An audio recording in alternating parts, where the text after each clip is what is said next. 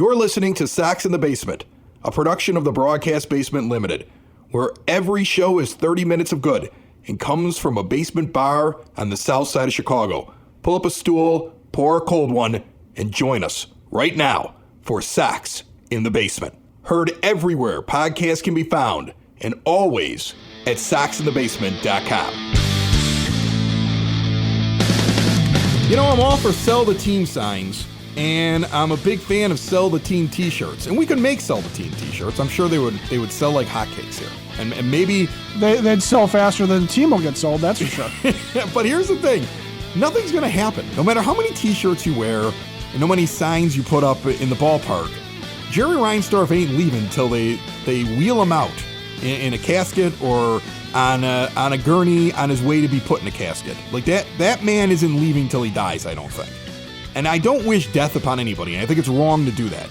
But the way I feel as a White Sox fan at this point, especially looking back over 40 years of Reinsdorf being the owner and only one pennant, which luckily came with a World Series championship, not very many playoff appearances, and the debacle that has been the last couple of years, especially when he hires Tony La Russa, who's the wrong manager for this team, and then wouldn't fire him in season. And I believe this team could have actually turned itself around. I mean, you might think I'm crazy, but it couldn't have done any worse if you would have just bounced that guy out halfway through the year like every other Major League Baseball team.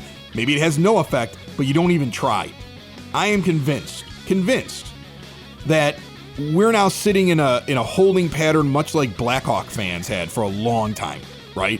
You were waiting for dollar bill Wirtz to go away.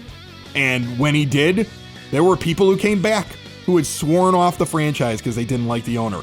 And luckily, the right son took over in terms of at least winning championships. They had a lot of other mess going on in there. But in terms of winning championships, the right son gets in there, Rocky, changes the culture, and something good happens. And I think a lot of White Sox fans are at that point. We're like, all right, cool. I'm ready for the next ownership group. I don't know if we're going to get that. I don't know what happens afterwards. There's no guarantee when Reinsdorf goes, anything changes. And I don't know who comes in after that and what happens with this team. But at this point, I've lost faith in ownership. And I think it's fair for fans to walk around the ballpark with big sell the team signs like we saw over the weekend. Oh, yeah. I mean, the signs are great and the sentiment is there. And you're right. You hit it right on the head. It's dollar bill Wirtz all over again. But, you know, the thing that I'm drawn to and that I kind of wonder if this is in him somewhere, if this is in Jerry in some fashion or way, shape, or form. But he's also the owner of the Bulls, right? And Michael Reinsdorf is the one that actually runs that team. So you got the kid running it. It's kind of the Rocky Wirtz situation over there. But they were able to, now a couple of years ago, clean house of the family, right? John Paxson, Gar Forman were longtime guys of the Reinsdorfs. And Paxson is that beloved player, right? He's that guy that won you 3 championships that had the cult hero status, you know, and as fans, we all have these positive memories of Pax. But he was able to let go, and he was able to bring in, you know, a new president. He was able to bring in, you know, a new GM, and he was able to do these things. And you just kind of sit there and you go, okay, but can you do that when it matters with the White Sox? Can you look at Rick Hahn dispassionately? Can you look at Tony La Russa dispassionately and sit there and say, I owe Tony a lot from back in the day, and maybe I did him dirty 40 years ago by letting Hawk fire him, but I want to, you know, I want to venerate this guy. I want to not embarrass him, but I understand a business decision. This man needs to go. You know, when we invested in Rick Hahn, we thought he was one of the smartest guys in baseball. And at the time, he was a hot prospect for other teams, and we didn't want to lose what we thought Rick Hahn's vision and ability was going to be and wanted to keep him in the family, right? So we bumped up Kenny and we bumped up Rick Hahn. Can Jerry do this, though, and can he, with the White Sox, have that same dispassion that Michael Reinsdorf had with the Bulls, where he literally let one of the team's legends go out of a position because he sucked at it, because John Paxson had driven the team into a laughingstock in the NBA where nobody wanted to sign there, nobody wanted their money, nobody took them seriously, and now at least they have their reputation is on the rise again. They're still not great, but there's at least something there where people look at it and go, all right, the Bulls are a basketball franchise again. This episode of Sox in the Basement brought to you proudly by Family Waterproofing Solutions. Bowing walls, window wells, foundation crack repair, some pumps, gutter cleaning, yard draining systems, and concrete going up and down. That is a foundation issue. They're going to take care of all of it and more. Family and veteran owned and operated since they started in 2013. They've won multiple awards, and if you mention Sox in the Basement, you get money off. Give them a call 24/7 at 708-330-4466. See what a difference a family makes at familydry.com. You left Kenny Williams off that list, and I want to applaud you, though, for starting to compare Jerry Reinsdorf's White Sox to the Chicago Bulls, because that's what Jerry's got to start thinking about. I want to appeal to him a little bit. I don't think he listens to this show. He probably hates this show. I've been trying to put myself into the brain of a billionaire, right? I mean, he's got so much money that he couldn't spend it all if he tried right now. He couldn't get rid of it if he tried as hard as he could to get rid of it. It would be virtually impossible to do. Like, he's got to understand that there is mortality and it's coming soon. His legacy at this point is not what his yes men inside of the building tell him it is. You can put all the packages you want to together, and the glad-handing yes men who have kept their jobs in that building for far too long, they'll tell him, Jerry, you're the best and everybody loves you. But I want him to see that sign. I want him to understand that when he's gone, he will not be regarded by the fan base as being a good Major League Baseball owner. He has failed in many ways. He has had a team in a major market that had the ability to do far greater things than it accomplished because he did a poor job putting the right guys in place. He didn't hold people accountable, and he kept the family together. And you look at the disaster that the Bulls were and how things have turned around since they started making business decisions. If Jerry Reinsdorf wants to be remembered well, and I would think that's what I would want, no matter how much money was there, all that's really left when you're gone is legacy. All that's really left is your name. Do you have a good name? Do people actually sit there and say, legacy-wise, do I admire this person? Does his name live on? Does he inspire people? Will he get a statue after all the statues he built? Because trust me, he won't be the decision maker on that, and eventually the team will be in the hands of somebody else. And then they're going to actually look at him through the proper view. And I don't think he deserves one out there just for being around for a long amount of time in one World Series. I don't think so. So eventually the people that you put into place to preserve your name, they're going to go, and somebody else is going to sit back and look at it, and it isn't going to be very good unless, of course, you start making the proper decisions. You need to clean house. You need to clean house from top to bottom. It'll never happen. I'm not one of these people that believes it could happen. I know it's not going to happen. This team has been maddening ever since he took it over, in how he hires his friends and how he keeps people around in the wrong positions and how people just kind of slip through the cracks, and a job that they probably should have had for about 3 years turns into 30. He's got a couple of people over there that know what they're doing and a lot of other people that don't. And there's a lot of qualified people that go in the door there and they leave after a year or two because they go, I don't want to be in this clown show.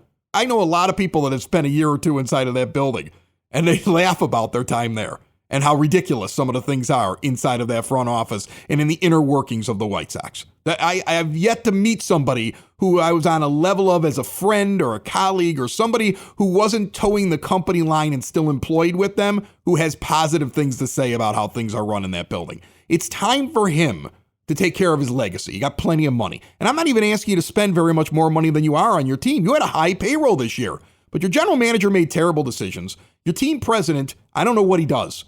And you got to hold him responsible because he's just as responsible as your general manager. All these people below you have done a terrible job, and it's time to remove them. From the team president to the general manager to the manager of the team to the hitting coach that has somehow sucked all the power out of this team. And I hate blaming a hitting coach, but man, it is hard to not look at these statistics. And we're going to get into them here in a moment on a couple of players and ask a question that's floating around on social media about one White Sox player and whether or not he should be back next year. But there is so much going wrong with this team. It is not going to get fixed by just waiting 34 games. And hopefully the last 34 games I'll ever see him do it. until Tony La Russa is no longer the manager of this team. Hopefully in 34 games, we're done. That's if they play all of them. If they don't get all their games in, then it'll be less games. But I see it as like the final countdown. This is it. I know he's got to go. There's a lot more things that need to happen inside of that organization, and hopefully it will happen this offseason.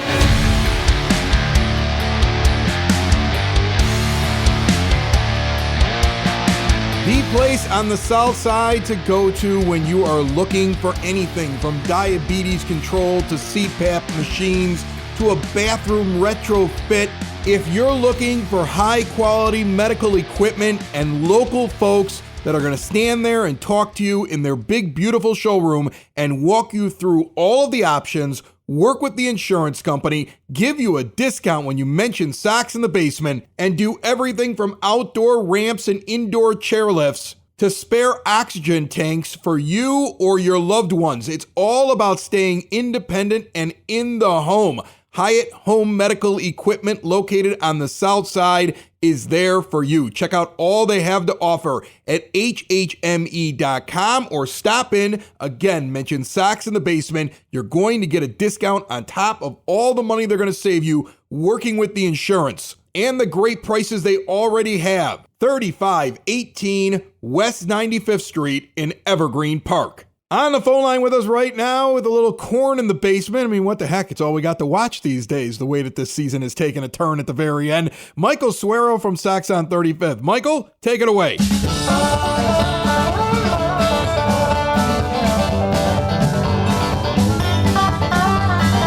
Thanks, Chris. Yeah, it's times like this where I'm happy that I'm the one that's covering the minor leagues instead of the actual White Sox this year. It has been brutal, let me tell you. So a prospect that I want to hit on today is a guy we signed back in 2017. It was never really a big name that we signed, and it took him a few years. He's always kind of had some good raw tools, but never really been able to put it together. He's been a guy that's somewhat been on the rise. Hasn't been talked about a lot, but he's a prospect to keep an eye on, and his name is Luis Meises. He is a right field prospect, left-handed bat. He's got some pretty good raw power, good arm in the outfield. He's got a big frame at 6'3", 200 pounds. He is kind of everything that teams look for in that prototypical right field prospect. Things finally started to click for him last year, and he's had a very good season this year in high A Winston-Salem. He has hit for a batting average of about 280, OPS of 770. He's hit 12 home runs and also led the South Atlantic League in doubles with 34. And he is a prospect that actually was called up for this Project Birmingham initiative. And his first stint in Double A has been pretty successful. Obviously, it's only been 5 games. In his first 5 games, he is hitting 500 with an OPS over 1,200. He's got a home run and 2 doubles in those 5 games. He's really been showing off his skills lately, and it's good to see this guy. They've been committed to his development for several years now. It's good to see it finally start to pan out. Hey, look at that. We found positive White Sox news. Michael and every guest of Sox in the Basement is brought to you proudly by the Village of Lamont. Want to experience the downtown with real history, great eats and drinks, and green spaces filled with adventure? Visit the Village of Lamont, shop, dine, drink, and explore, and learn what's going on this weekend and beyond at lamontdowntown.com. The big talk of the day on social media is, do we keep Jose Abreu? We've reached the point now where most fans have accepted something that I accepted about a month ago, maybe 2 months ago. I might have known it for a while. You and I had conversations. I was like, if I go on Sox in the Basement and tell people this is over in June, I'm going to sound like a jerk. But it just felt that way to me, like all year, Ed. But you know, like I was like, man, if I really, I remember I told my dad, I was like, I'm about to go on and tell everybody that this team can never win with Tony La Russa, and we're doomed this year. And he's like, it's May, you can't do that. You know, he's like, you're being too negative. Like, that's how I felt. I felt that way the whole year. It's been brutal just trying to find positives while I'm doing the show. Oh, it's been impossible some night. Some weeks, you and I sit here, we probably spend more time talking about whether or not we have anything positive to say than we do actually recording the show sometimes. Right. Because we literally are sitting there like, oh God, are we being too negative? Right. Well, is there anything positive we could talk about? Well, Hailstorm's going to have Oktoberfest, and... Like, that's what we got. I mean, like, here's the thing. The fan base is finally catching up to how the feeling of dread that I've had most of the year. And I've had it. And, I've already gone through probably more stages of grief than most White Sox fans. So I might be a little ahead of you because I kind of accepted this a while ago. All right. I've been just trying my hardest to not let on that I've already kind of accepted what was going to happen this year. But I think a lot of fans are going through their stages of grief with this team at this point. And I think I'm now seeing people have conversations that you and I have touched upon over the last month or so. And one of them was Jose Abreu. What do you do with Jose Abreu? What's your first instinct when I say $20 million coming off the books? Do you want to go out and re-sign him? Well, my first instinct at this point, to be perfectly blunt, is Jose Abreu is no longer the White Sox to do with, because I think that there is a chance that Jose saw a listless, lifeless team. This is, the antithesis of Jose Abreu, right? The guy who is the ultimate professional, the ultimate hard worker, the ultimate example for how young players are supposed to do it. And he had to put up with this team all year long. And you think it was frustrating watching it? Imagine being the leader of it, okay? And having to watch your teammates sometimes just do things that I have to rankle him, and he's too much of a pro to call people out. But I could very easily see him looking at this and saying, all right, the most I'm going to give the White Sox in terms of a concession is not necessarily on money.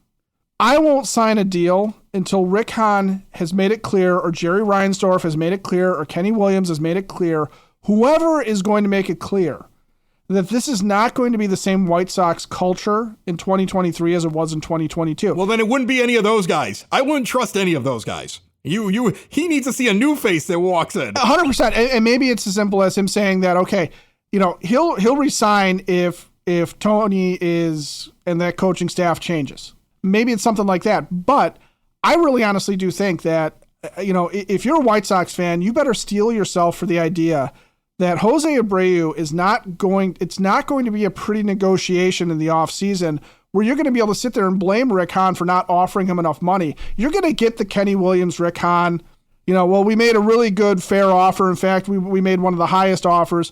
But Jose is going to go somewhere where he feels like the team is going to match his intensity and give him an opportunity in his late 30s to win a championship, because that's what he has left. I think you're right.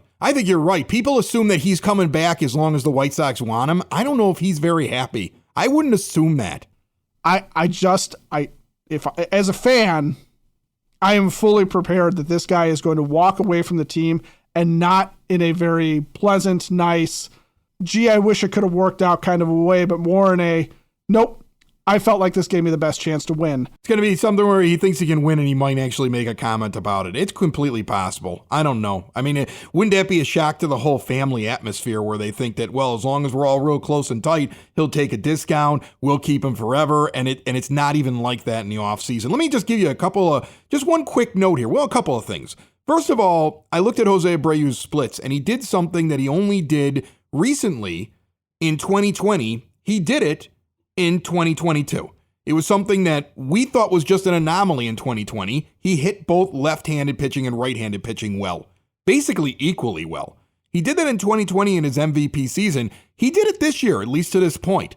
If you look at his splits, normally there's a big difference, right? Like he eats up left-handed pitching and then he's a little below average with the right-handed pitching. But he's so good against left-handed pitching that it makes a difference. And it brings up all those overall numbers. He was pretty close. The thing that really bothers me, though, is the lack of power. And that's across the entire team. And that's something that needs to be addressed in the offseason. And the same people can't be in place. Because whatever the philosophy was, even if the philosophy was some crazy thing that I floated in a recent episode where I pointed out, they needed to get more base hits against the Astros. So maybe they changed their entire philosophy to swing early. Right? Swing often. They have a terrible chase rate. I think MLB Now just put that out. They're like they're in the bottom 5 for chasing balls out of the zone this year. They're one of the worst power teams in baseball across the board. Everything that they do at the plate is completely the opposite of what they used to be in the last couple of years. There's been some sort of change.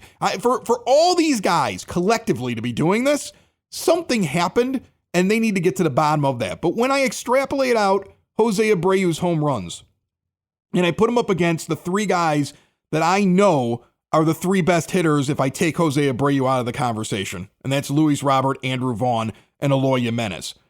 If I look at Jimenez and I look at Vaughn and I look at Robert, if they played 162 games this year at the rate that they've hit the ball out, all three of them come up with about 21 home runs this year. None of that is acceptable, but that's where they're at. Jose Abreu's played more games than them. When you extrapolate him out, 18 for the year. He's down more, even on a team that's not hitting a lot of home runs. He is sliding a little bit. Now, I'm not saying that's why I don't bring him back. I'm just saying that what you're saying tells me it's possible that he doesn't even want to come back or he picks something else. And secondly, when you bring him back, if you're bringing him back for any extended amount of time outside of a 1-year deal or 2-year deal, you are setting yourself up for a problem because eventually every player drops off a little bit. I think he's a great hitter. I would not be upset if he came back. I'm not saying that I don't want him back on the team, but I don't think it's wrong to start having the conversation of what if he's not on the team next year. No, it's absolutely not wrong to have that conversation, and you're right. Because that's, again, getting back to a drum I keep beating, which is that this is not as young a team as we were led to believe this point in the rebuild the team would be. Because Jose Abreu, AJ Pollock, there are guys on here who are in their mid to upper 30s. There are guys like Yasmani Grandal who age faster because of the position they play, or guys like Lance Lynn who have injury histories that seem to be coming back to bite them a little bit. So now, when we have that to contend with, and you sit there and you say, Jose Abreu, this guy is a preparation machine. And Jose Abreu, this guy is a workout machine and a hitting machine. And he just does all of these things because he's such a hard guy all the time in terms of his philosophy and his go. To watch him fall off on power, even if it's a shift change in mentality by Frank Menachino, you also have to worry about the fact that at some point, a guy gets older and his power just drops. We saw it with Paul Konerko. Remember, he was a 40 home run guy at the peak when they're winning the World Series. And one of the things that fell off was his ability to hit the ball out of the ballpark. And suddenly, some of those hits, instead of being home runs or doubles off the wall, they're just fly balls to the warning track. I love Jose Abreu being on the team. I want him back if it's at all possible. I think there needs to be other changes around the lineup that help that, but we can't discount the idea that if you try and give this guy a 5-year deal, that 3 out of those 5 years are going to be just an absolute disaster financially for what you're going to get back for what you're paying.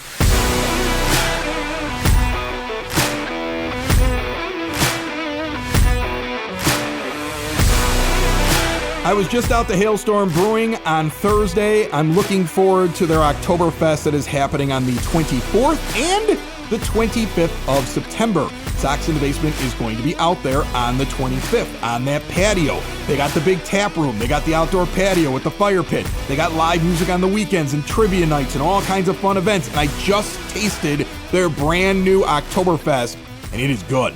It is really good. It's a banger as well. It's over 6%. It is going to be a fun night out there on either one of those nights. Actually, during the day as well. It's full day thing on Saturday and Sunday, the 24th and 25th of September. Located in Tinley Park at 8060 186th Street, right off of 80th Avenue. Get out and see their large selection of craft beers. Check out all that they're doing on their Facebook page daily at Hailstorm Brewing Co. and see everything they have in their lineup of beers and more at hailstormbrewing.com. When you bring up Yasmani Grandal going into his last year of his contract next year, think about how the team was set up by the general manager. Think about how this would have been Dallas Keuchel's last year next year. And when he was signed, everybody had it in their mind. Like, yeah, we're probably not getting a very good player in the last year. You're buying the first few, right?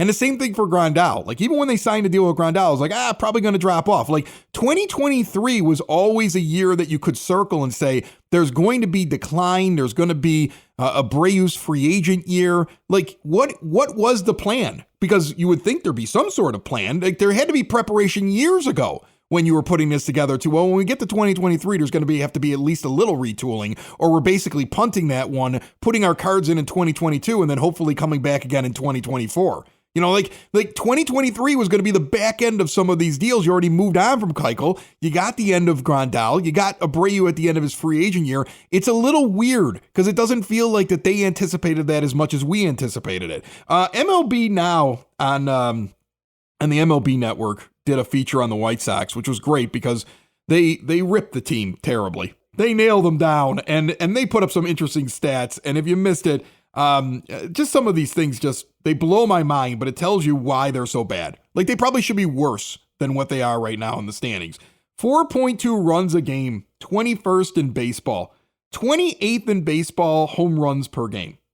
28th in baseball. And then you're like, well, that's because they're putting the ball more in play, trying to hit singles. They're only middle of the road, 15th in Major League Baseball in their contact percentage, because they reach outside the zone so much. There's only one team worse than them on their chase metric where they're reaching outside the zone. And their walks, lowest in Major League Baseball, only walking 6.5% this season. Are you shocked now when you think about how bad the offense is when you hear stats like this as we're about to walk into September?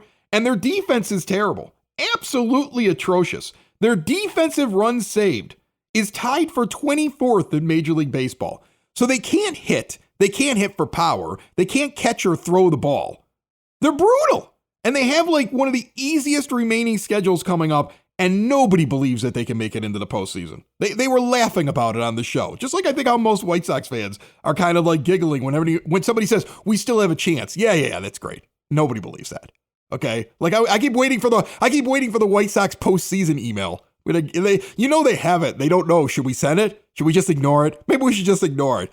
God, the backlash is going to be really rough on that day when we send that one out. You mentioned those stats, and what clicked in my mind, and I don't think I had really framed it this way until just now. The way they approach, try to get on base, keep the line moving, single the other team to death, high contact, high on base, sounds an awful lot like Tony's heyday with some of those Cardinal teams and some of those A's teams, right? Where they were not necessarily power-laden up and down the lineup, so you had a lot of guys trying to set up a couple of crushers. Tony doesn't have that lineup. He's got all the crushers. He's got a bunch of dudes that are going to be 3 true outcome guys for the most part that are going to hit doubles and home runs, and they're going to strike out a ton. So he's trying to get from the parlance of like what he had when he was winning World Series, he's trying to get a team of Jose Cansecos to hit like a team of Ricky Hendersons. And we heard James Fox on this last episode. I think he was on the last show that we did, or 2 shows ago. And he jumped on. If you missed it, go back and listen. Every episode of Sox in the Basement is available anywhere podcasts can be found, and always at soxinthebasement.com. But he did bring it up, and we saw James Fegan bring it up in some articles that Tony La Russa despises strikeouts.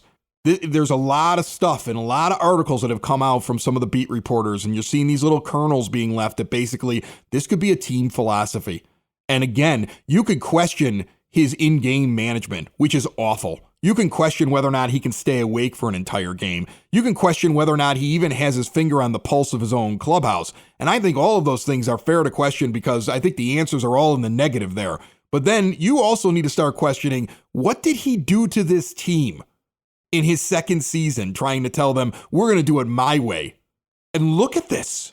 Has to go. 34 games left. They play all 162. And then I never want to see him again.